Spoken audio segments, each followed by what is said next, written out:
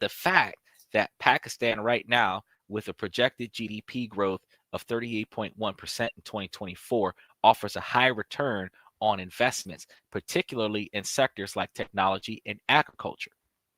So you could invest in farmlands, you can invest in mining, you can invest in crops and whatever else is going on over there, or you can invest in technology. If you invest in technology, most countries are working on technology.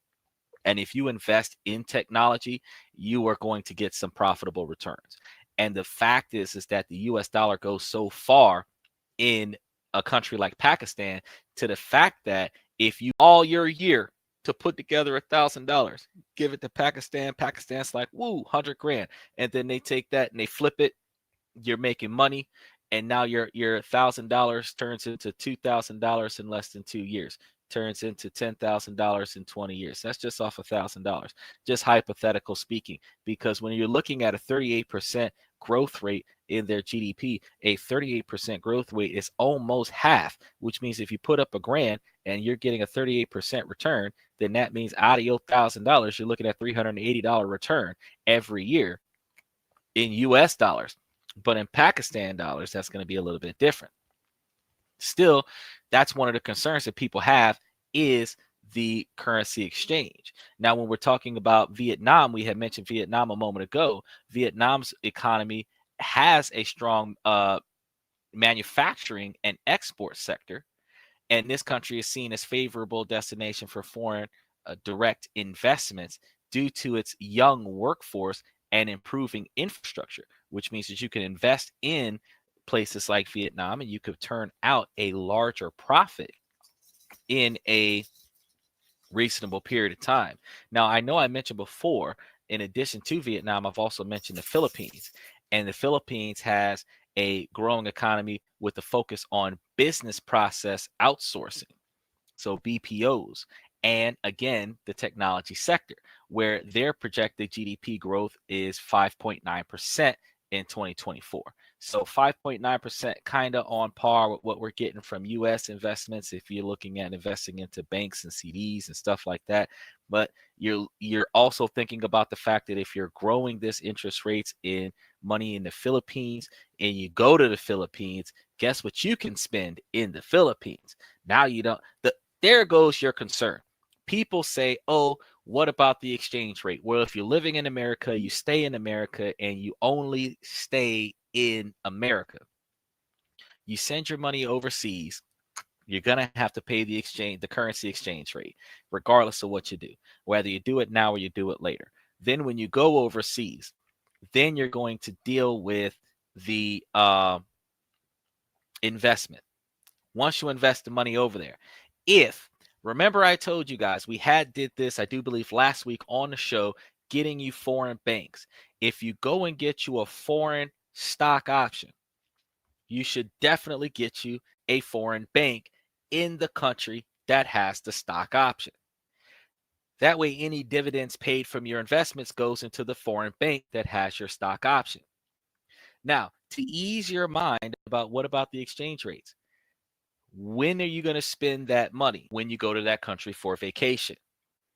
So you've got some money invested in the US, you put some money in the Philippines, you put some money in Vietnam, you put some money in Pakistan, and when you go to those countries, that's when you tap into your finances whenever you need something. So now you're not even packing bags. You're literally buying a plane ticket, clothes on your back, flying to that country, and the most information that you have with you, you might have you a little satchel or something like that, and the most information that you have with you is your identification and the proof of ownership of whatever accounts that you have in the country that you're flying to. That's pretty much it.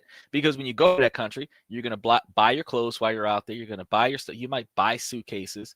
You might buy suitcases in the US and then say, oh, I'm going to fly over there with empty suitcases. And then I'm going to fly back with suitcases full of souvenirs that I can give to my family and friends. You could do that too. But you're going there where you're going places where your money is. Don't you guys remember when we were growing up and our ancestors used to tell us, put your money where you live? Well, if we're doing a reverse with this, we're going to where we put our money. So your home is where your hat is, and typically you put your money where you lay your hat. And typically people try to keep their money under the mattress in their house.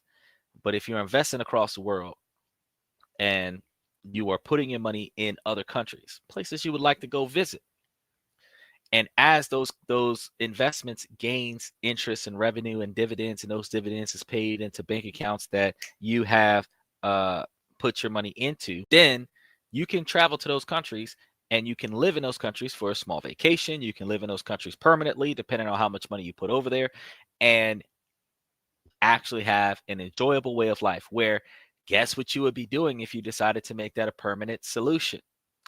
You would be redirecting your US capital to your foreign offshore bank accounts. So again, you're still going to be dealing with a currency exchange. So whether you make all of your money in the US and then you send it to another country so that you can live over there, or if you make all of the money in another country and then you go over there to where your money is, it's still going to be the same thing. So let's not worry about how much it costs to change a US dollar over into the currency of another country. Let's think about the cost of doing business and get out there and do business. Now, Costa Rica, known for its stable economy. We haven't talked about Costa Rica before. Stable economy and stable political environments. Costa Rica is ideal for real estate investment, particularly in tourism and eco-friendly developments. Anybody who is interested in real estate, Japan is a very sexy place to go for real estate, because as an American citizen, you can buy and own real estate in Japan. The same way in America, there's no restrictions on ownership of property. You can come to the United States from another country and buy property if you can afford it, and do real estate developments and real estate investments in the United States.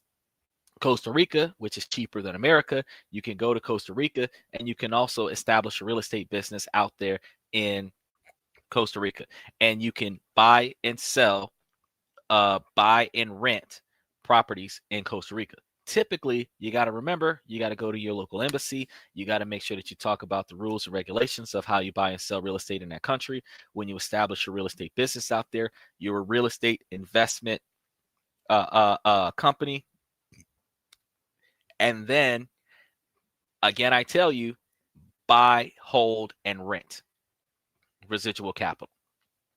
Doing this in other countries, $100,000 in America might not go that far, but $100,000 in Costa Rica might get you 2 or 3 houses, might get you 2 or 3 apartment complexes, might get you a whole neighborhood, depending on the value of currency exchange between 100,000 US dollars and Costa Rican currency. Dominican Republic.